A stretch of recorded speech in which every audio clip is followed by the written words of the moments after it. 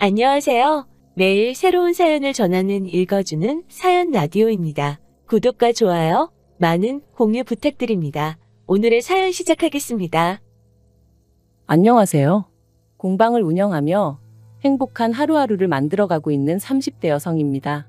오늘도 원래는 회원님들과 커피 한잔 하면서 비누를 만들어 보려고 했는데 비도 오고 날씨가 스산해서 그런가 다들 이런저런 이유로 다음에 하면 안 되냐고 하더라고요.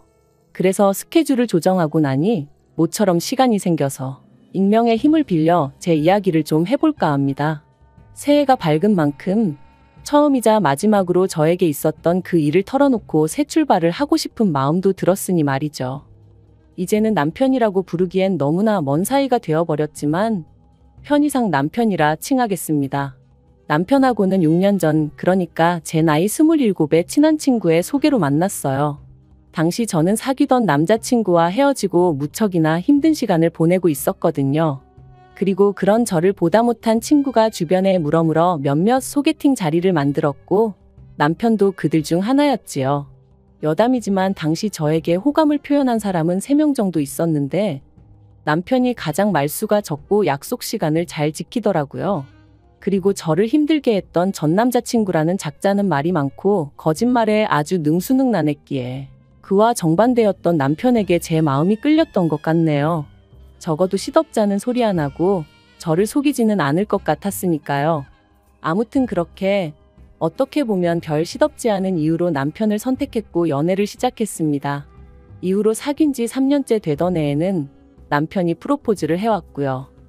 그런데 남편이 프로포즈를 하면서 하는 말이 양가의 도움 없이 두 사람의 힘으로만 시작하고 싶다대요. 그래서 제가 도움을 받을 수 있으면 받는 게 좋지 어째서 그러냐 했습니다. 사실 처음부터 고생하기도 싫었고 남의 눈이 신경 쓰였거든요.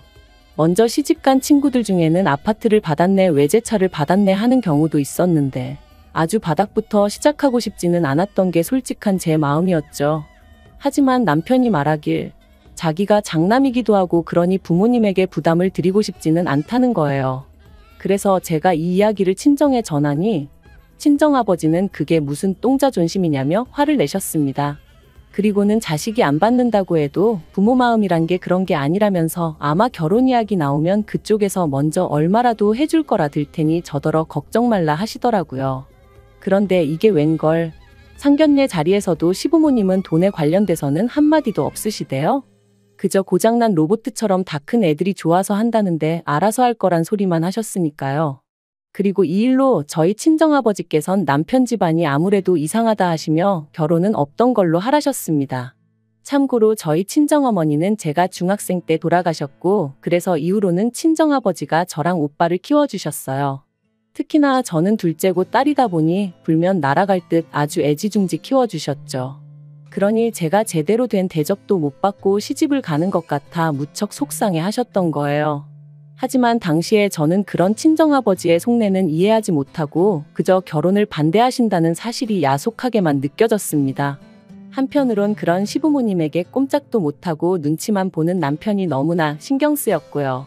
어째서인지 남편은 어떻게든 내가 챙겨야겠다는 그런 생각까지 하면서 말이죠. 그래서 못 헤어진다고 친정아버지 앞에서 울고 짜고 말 그대로 난리를 쳤어요. 그리고 결국 자식이기는 부모 없다며 친정아버지께서 그렇게 남편과의 결혼을 허락해 주셨습니다. 신혼살림도 친정아버지의 도움을 받아 아파트에서 시작할 수 있었고요. 그런데 그렇게 결혼식을 올리고 얼마 지나지 않았을 때였어요. 회사 창립 기념일이라 저는 집에 남게 되었고 남편은 평소와 다름없이 출근을 했는데 막상 모처럼 혼자 집에 있으려니까 뭔가 어색한 거예요. 그래서 뭘 할까 고민하다 마침 날씨도 여름에서 가을로 넘어가고 있겠다. 집 청소나 하면 딱이겠다 싶더라고요. 그래서 안방부터 시작해 평소에 손이 잘 닿지 않았던 부분들까지 구석구석 쓸고 닦기 시작했습니다. 그리고 그때 남편의 책장 가장 윗칸에서 오래된 사진 몇 장이 떨어졌는데 사진 속 꼬마가 낯설지 않았죠. 바로 저희 남편이었으니까요. 사실 몇 번이나 예전부터 남편에게 어렸을 때 사진 좀 보여달라고 했었는데 그럴 때마다 이사하면서 다 없어졌다고 했었는데 이렇게 버젓이 몇 장씩이나 가지고 있었다니 반갑기도 하면서 동시에 황당하고 어이없기까지 하더라니까요. 그리고 그때 어린 남편을 애정어린 눈빛으로 바라보고 있는 웬 여자분이 제 눈에 들어왔습니다. 제가 한번 본 사람 얼굴을 쉽게 잊지 않는 편인데 결혼식 때 본 친척분들도 아니었고 정말 처음 보는 분이더라고요. 게다가 어쩐지 남편이랑 닮은 것도 같고 그래서 그때부턴 청소고 뭐고 오로지 남편의 퇴근만을 기다렸습니다. 이게 다 뭐냐고 묻고 따질 생각만 하면서 말이죠. 이윽고 시간이 흘러 7시가 좀 넘어가니 평소와 다름없이 남편이 집에 왔고 저는 그런 남편에게 사진들을 들이밀며 이건 뭐냐고 물었어요. 어렸을 때 사진은 다 없어졌다더니 보란듯이 당신 방에 있더라고. 서운하고 섭섭하다 뭐 그렇게 이야기를 했던 것 같아요. 그리고는 옆에 이 여자분은 누구냐니까. 남편이 저를 한참 동안 말없이 쳐다보더니 자기가 사실 말하지 않은 게 있다면서 얘기 좀 하자더라고요. 잠깐이었지만 거실에서 식탁으로 자리를 옮기는데 오만 가지 별의별 상상이 다 되었습니다. 드라마를 너무 봤나? 말도 안 되는 생각들이 머릿속을 스치더라니까요. 그리고 그렇게 몇 분간의 시간이 흐르고 남편이 하는 말이 지금의 시어머니는 자기의 계모랍니다. 남편을 낳아주신 친어머니는 오래전 지병으로 돌아가셨고 이후로 아버님이 지금의 어머님과 재혼을 하셨다고요. 그리고 남편의 시동생은 두 분 사이에서 태어난 그러니까 남편에게는 이복동생이었던 거죠.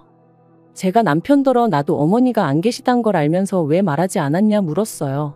사실 같은 상처를 갖고 있었으니 얼마든지 서로를 위로해 줄 수도 있었을 테니까요. 하지만 남편은 장인어른은 재혼을 안 하셨지만 자기 아버지는 아니지 않냐며 저랑 자기랑 처지가 다르다고 딱 선을 긋는 거예요.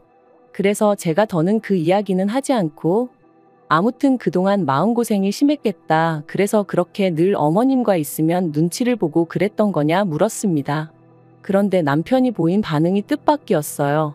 자기가 언제 어머님 눈치를 봤냐면서 자기는 그런 적 없다고 아주 펄쩍 뛰었거든요.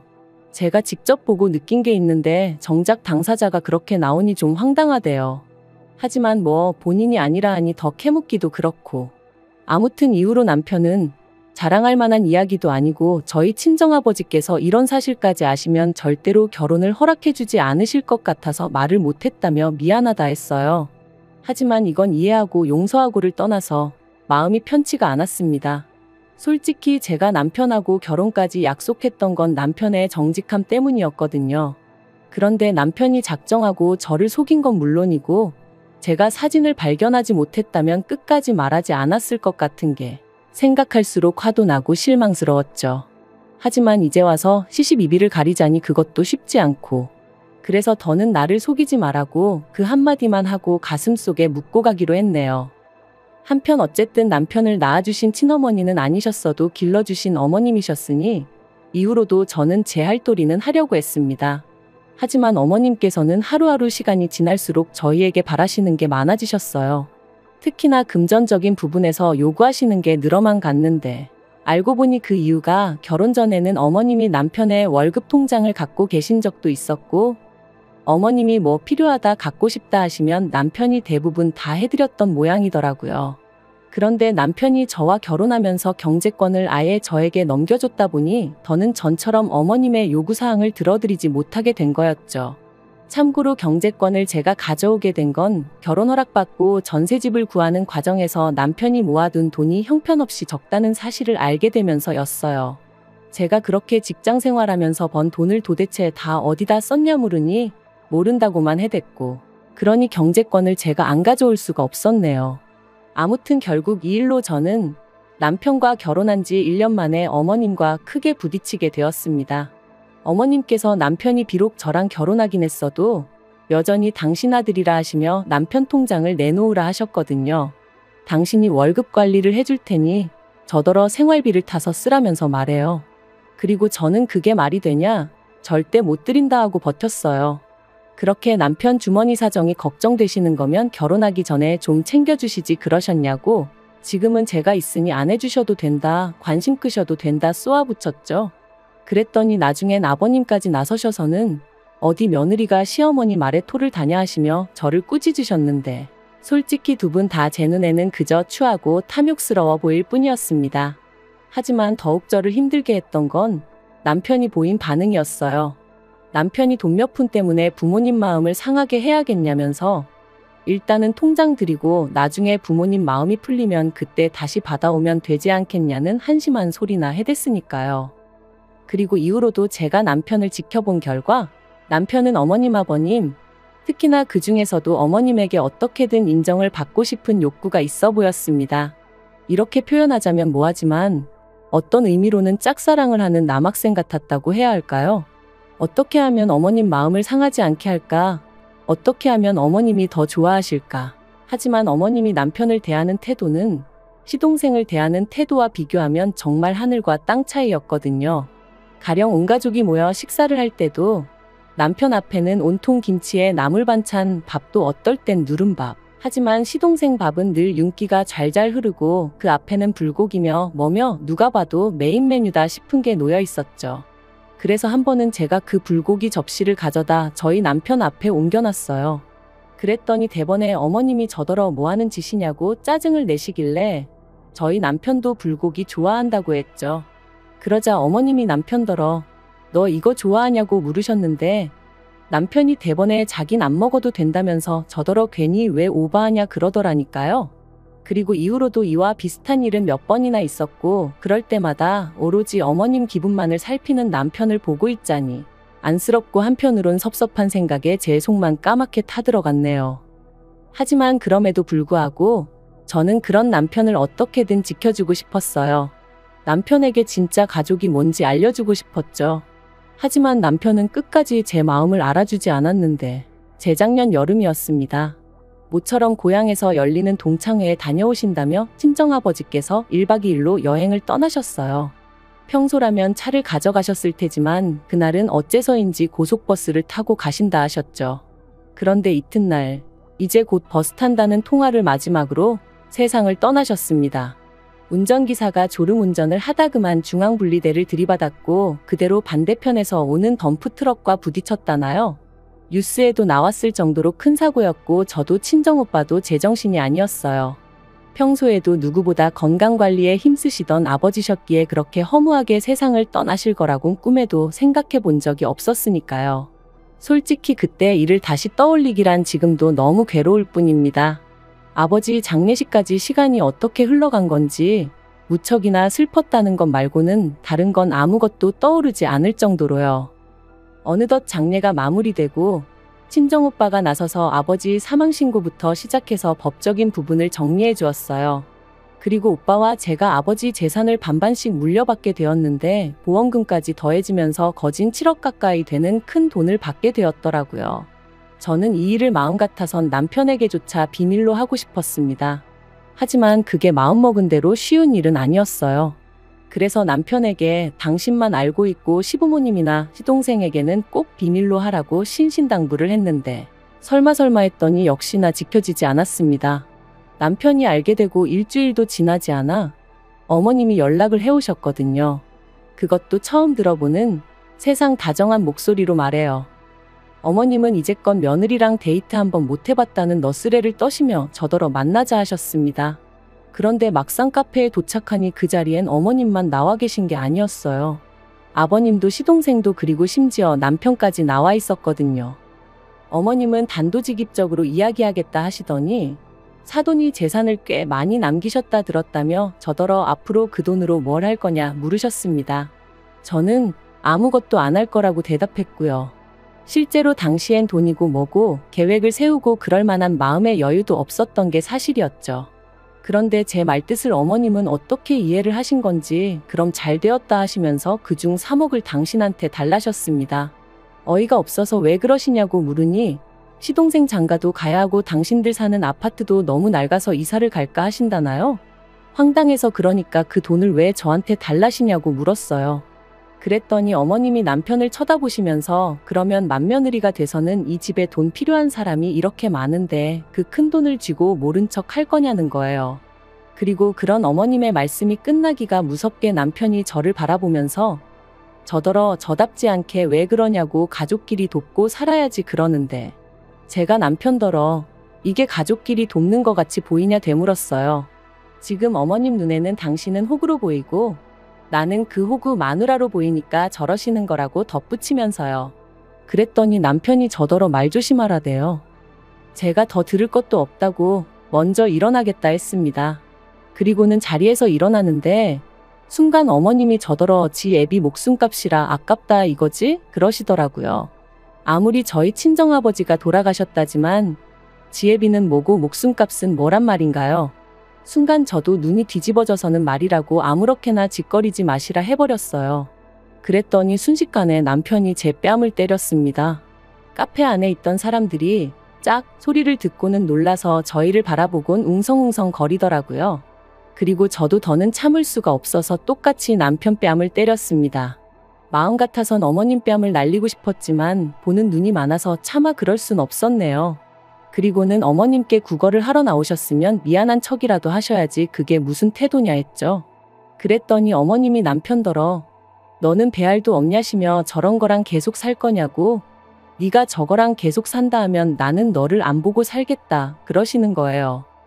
평소에 어머님이 매번 시동생만 챙기시고 남편은 무시하시는 게 꼴보기 싫어서 제가 더더욱 남편을 살뜰히 챙겼던 게 사실이에요. 그러니 아마도 어머님은 제가 남편을 엄청나게 좋아한다고 생각하셨던 모양입니다. 남편 없이는 못 산다 그렇게 오해를 하셨는지도 모르겠어요. 그러니 남편에게 저랑 살지 말라 하면 제가 남편한테 매달리기라도 할 줄 아셨던 건지. 하지만 솔직히 말해서 언젠가부턴 남편을 사랑한다기보단 인간 대 인간으로 안쓰러워서 챙긴 게 더 컸거든요. 그리고 친정아버지 마음을 그렇게 아프게 하고 시집을 왔는데 차마 이혼하는 모습은 보여드릴 수가 없었으니 어떻게든 참고 살아보려고 했던 것도 있었고요. 그런데 이런 제 속도 모르고 자기들끼리 난리부르스 추는 꼴을 보고 있자니 기도 안 차더라니까요. 그래서 남편이 뭐라 말을 하기도 전에 내가 안 산다고 그랬습니다. 더는 이 막장 집구석의 며느리 더러워서 못 해먹겠다 했죠. 그리고는 남편더러 정신 차리라고 네가 앞만 날고 기어봤자 어머님 눈에는 호구자식일 뿐이다 해버렸네요. 그리고 결국 그날을 마지막으로 남편과 저는 일사천리로 이혼을 했습니다. 남편은 어머님이 너무 완강하셔서 어쩔 수 없다며 저더러 끝까지 어머님한테 용서를 구하라고 그러면 이혼만큼은 안 해도 된다는 식이었는데 그런 말을 하는 남편을 보고 있자니 딱하기도 하고 한심하기도 하고 그런데 더 황당한 건 이혼이 확정되고 나서야 어머님께서 연락을 해오셔서는 저더러 왜 재산을 네가 다 가져가냐고 난리시더라고요. 그래서 남편이 뭘 기여한 게 있어야 나눠 가질 거 아니냐 했습니다. 처음부터 집도 저희 친정에서 해줬고 이후로 계속 맞벌이를 했는데 남편이 저보다 뭘 더 한 게 있냐고요. 그랬더니 니애비한테 받은 돈은 왜 빼고 말하냐길래 어디 한번 제주껏 가져가 보시라고 쏘아붙여 버렸네요. 그런데 더 어이가 없는 건 그렇게 남남이 되고 반년쯤 지났을 땐가 남편에게 연락이 왔어요. 그리고는 하는 말이 자기네 형편이 어려워져서 그런데 예정을 생각해서 1억만 어떻게 좀 빌려줄 수 없겠냐는 거예요. 그래서 제가 남편더러 너 아직도 그 집 호구 노릇하고 사냐고 정신 차리라고 그리고 예정은 무슨 너랑 살면서 좋았던 기억보다 짜증나고 열받던 기억이 더 생생하니까 건들지 말라 했죠. 그랬더니 어머님이나 자기야 그렇다 쳐도 아버님은 저한테 나쁘게 한 거 없지 않냐면서 그럼 아버님을 생각해서라도 어떻게 안 되겠냐는데 제가 그렇다고 아버님이랑 뭐 얼마나 가깝게 지낸 것도 아니었고요.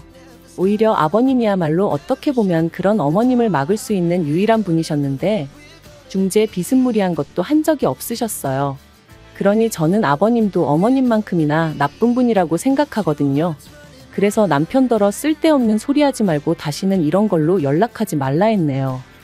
그리고 저는 아버지가 남겨주신 재산을 어떻게 하면 의미 있게 쓸 수 있을까 오랫동안 고민하다가 그간 힘들게 지냈던 게 억울하기도 하고 그래서 제 나름대로 삶의 여유와 행복을 찾고자 공방을 열었습니다. 어려서부터 손으로 조물조물 뭘 만들고 그러는 걸 좋아했는데 아버지 말씀으론 제가 돌아가신 어머니를 닮아서 그런 것 같다고 하셨거든요. 그래서 공방 일을 할 때면 그리운 부모님과 같이 있는 기분이 들기도 해요. 한편 다행히도 오픈 직후부터 지인들의 입소문 덕분에 회원들이 조금씩 늘어서 저 하나 먹고 살 만큼은 벌고 있어요. 이만하면 하늘에 계신 부모님도 저를 보고 크게 걱정은 안 하시겠죠? 이제 지난 과거는 잊고 앞으로 제가 만들어갈 행복만 생각하며 살겠습니다.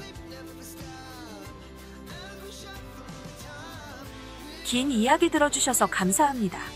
오늘의 사연은 여기까지입니다. 구독과 좋아요, 알람 설정해주시면 앞으로 더 좋은 사연으로 찾아오겠습니다. 감사합니다. 감사합니다. 감사합니다. 안녕하세요.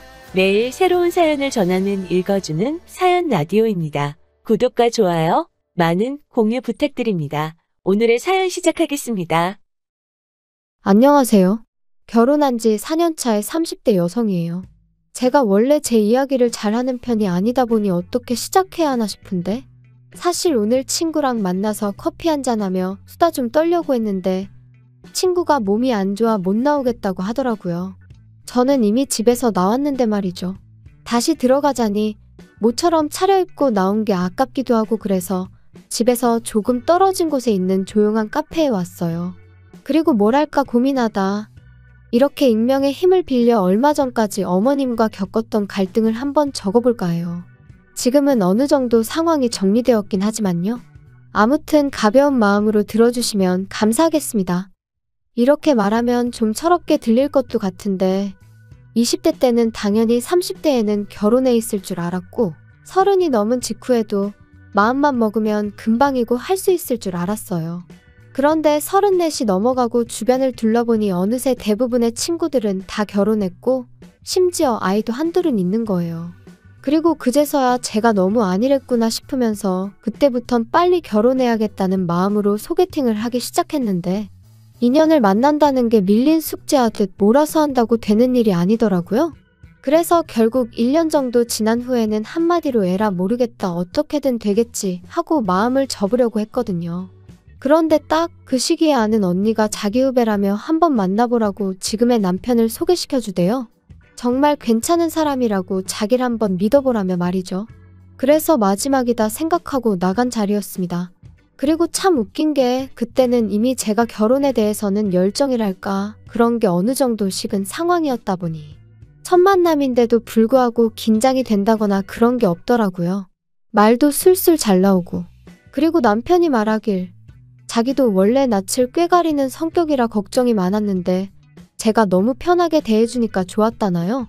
아무튼 첫 만남이 그렇게 된 거였고 이후로는 누가 먼저랄 것 없이 연락을 주고받다가 자연스럽게 연인 사이로 발전하게 되었죠. 둘 다 나이가 적지 않다 보니 확신이 있는데 못하러 시간을 끄냐며 알게 된 지 1년 3개월 만에 결혼도 했고요. 하지만 남편과의 결혼 생활은 생각만큼 쉽지만은 않았습니다. 그건 바로 끝도 없이 무언가를 바라시는 시부모님과 그런 시부모님께 딱 잘라 입장을 밝히지 못하는 남편의 우유부단한 성격 때문이었죠. 일단 저는 결혼 전에 시부모님하고는 딱 2번 만난 게 전부였어요. 그리고 그 2번마저도 처음 결혼 허락을 받기 위해 시댁에 인사를 드리러 갔던 날과 상견례 날이었다 보니 솔직히 시부모님이 어떤 분들인지 파악할 여유 따위는 없었거든요. 그런데 막상 식을 올리고 나니까 시부모님과 친정부모님은 왜 이렇게 다른 건지 사실 경제적인 부분이라던가 그런 것만 놓고 보자면 시댁이나 친정이나 큰 차이는 없었거든요. 그런데 예를 들어 식당에 간다고 하면 시부모님은 당연히 저희 부부가 산다고 생각하시는 반면 친정에서는 저희 자리 잡을 때까진 그래도 부모 그늘 아래 있다고 생각하라며 친정부모님이 먼저 내주시고 어디 장을 보러 가도 시부모님은 당연히 저희가 시부모님 몫까지 계산해줘야 한다고 생각하시는 반면 친정부모님은 그동안 먹고 싶었는데 비싸서 못 산 거 있음 지금 사라고 해주시고 솔직히 엄청 큰 단위의 돈이 오가는 건 아니었지만 그래도 그럴 때마다 얼마나 기분이 상하던지요. 하지만 이런 이유로 저와 어머님의 관계가 이렇게나 최악으로 치닫게 된 것은 아니에요. 결정적인 이유는 지난해 하나뿐인 제 동생이 이혼을 하게 되었는데 도대체 저와 어머님 그리고 제 동생의 이혼이 무슨 상관일까 싶으시죠? 저도 제 동생이 이혼 소식을 알려왔을 때만 하더라도 그 일이 저한테까지 여파가 있을 거라곤 상상도 못했는걸요.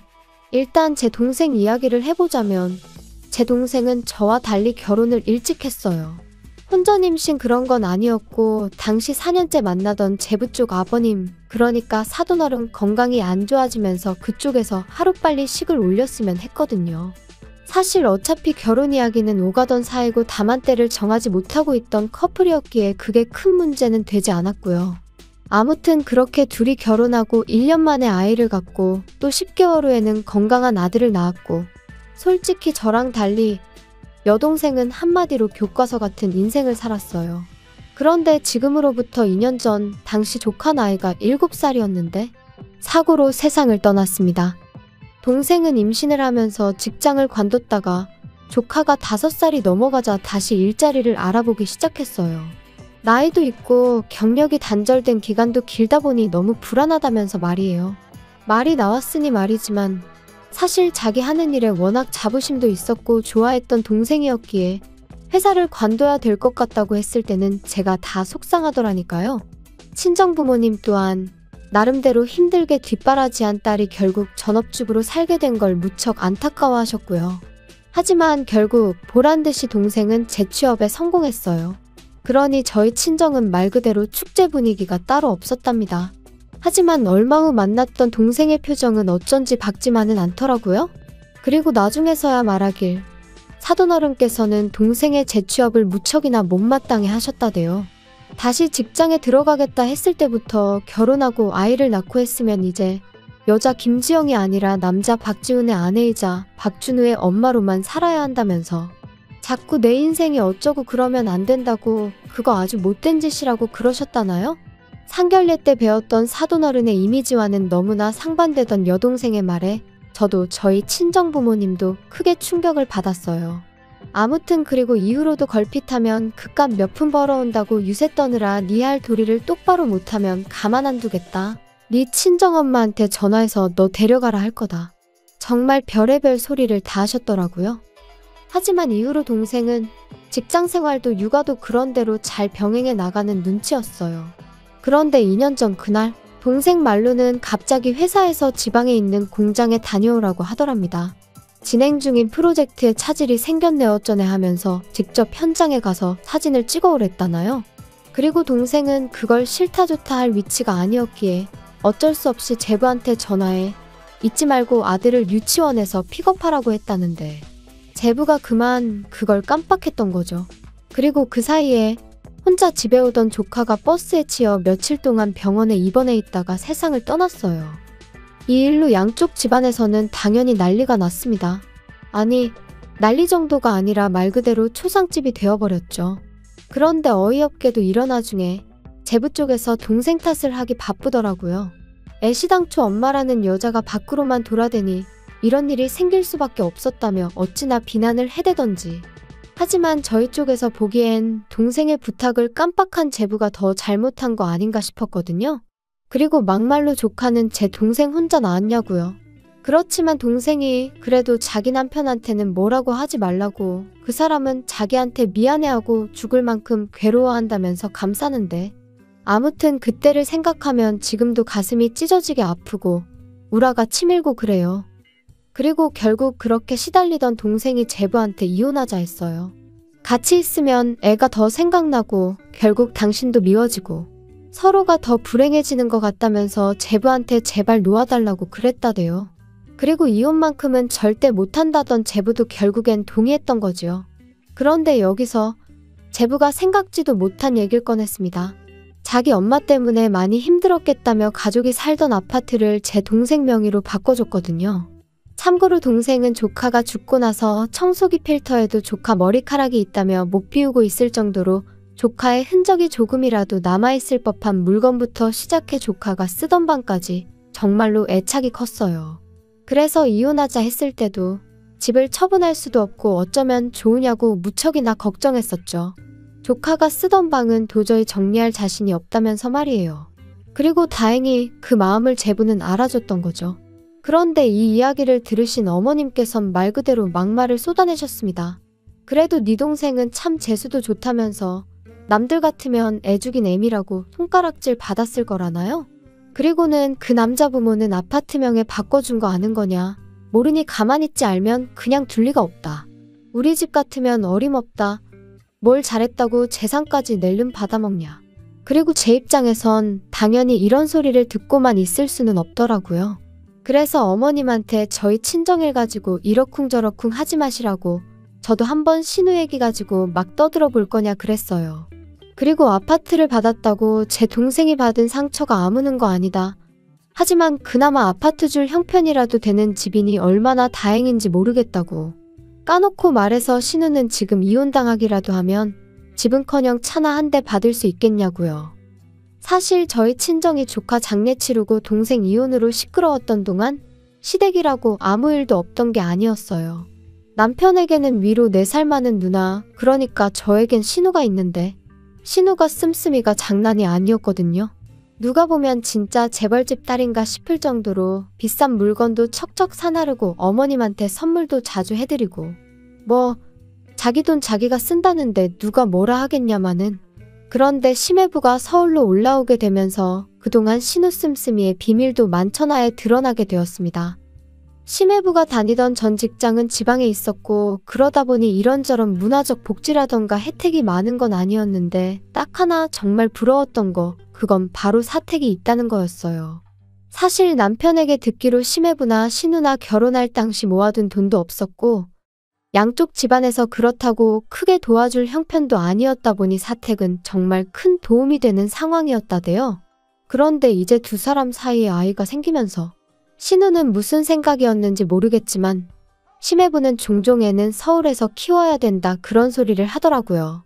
그리고 그 소리는 애가 커갈수록 더 자주 들려왔는데 그 집이 원래 엄마인 신우보다 아빠인 심해부가 더 자식 교육에 열을 올리는 편이었거든요. 아무튼 그래서 심해부가 서울에 올라오고 싶은가 보다 올라오겠구나 싶더니 기어이 서울에 있는 회사로 이직에 성공했다면서 2달 안에 이사를 온다는 거예요. 그리고는 신우더러 그동안 모아놓은 돈에 대출받아 전세라도 구하게 알아보라 했던 건데 문제는 심해부의 생각과 달리 신우는 한 푼도 모아놓지 않고 그동안 심해부가 벌어다 준 돈을 다 써버렸던 거였죠. 신우는 자기 이러다 이혼당한다며 하루가 멀다 하고 어머님한테 연락을 해대는 눈치였어요. 그리고 그렇게 어머님이 내리받은 스트레스는 고스란히 저희 남편한테 전달되어졌죠. 어머님께선 이러다 네 누나 이혼당하면 어쩔 거냐고, 가만히 보고만 있을 거냐, 네 누나가 얼마나 너한테 잘했냐 하시며 남편을 들들 볶으셨는데 사실 신우가 얼마나 저희한테 잘해준 건 없어요. 저는 싫다고 필요 없다고 하는데도 자기가 쓰다 질려버린 명품백을 준다던가 심해부가 안 입는다며 비싼 옷을 남편에게 가져다주는 일이 몇 번 있긴 했지만 솔직히 고맙기는커녕 부담스럽고 짐스러워서 돌려준 지 오래였으니까요. 아무튼 이런 식으로 몇 번 통화가 오가더니 하루는 어쩐 일로 어머님이 남편이 아닌 저한테 연락을 해오셨어요. 그리고는 당신 아들하고는 대화가 안 통한다며 저랑 얘기를 하셔야겠다 하시더니 정말로 저희 집에 오셨습니다. 그리고 사람이 직감이라는 게 있으니까 잘은 몰라도 제가 듣고 싶은 소리는 아니겠구나 싶대요. 그래서 솔직히 뭔진 몰라도 일단 무조건 거절하겠다는 마음으로 어머님과 마주 앉았는데 어머님 말씀은 제 예상을 훨씬 뛰어넘는 것이었어요. 제 동생 이야기를 꺼내시면서 거기서 동생이 혼자 살지 않냐 하시더니 그러지 말고 그 집을 신우한테 잠깐이라도 내주면 안 되겠냐 하셨거든요. 어차피 제 동생은 이참에 친정에 가 있게 하라는 나름대로 대안까지 제시하시면서 말이죠. 어이가 없어서 제가 그게 말이 되냐 제발 상식선에서 얘기 좀 하시라고 화를 냈어요. 제 동생이 그냥 혼자 그 집에 살고 있는 게 아니고 상황이 상황인지라 그러고 있는 건데 하지만 이후로도 저는 도무지 화를 삭힐 수가 없어서 도대체 사람이 어떤 식으로 뒤틀리면 생각을 그런 식으로 할 수 있는 거냐고 따졌습니다. 그랬더니 어머님이 말씀하시길 죽은 사람 바짓가랭이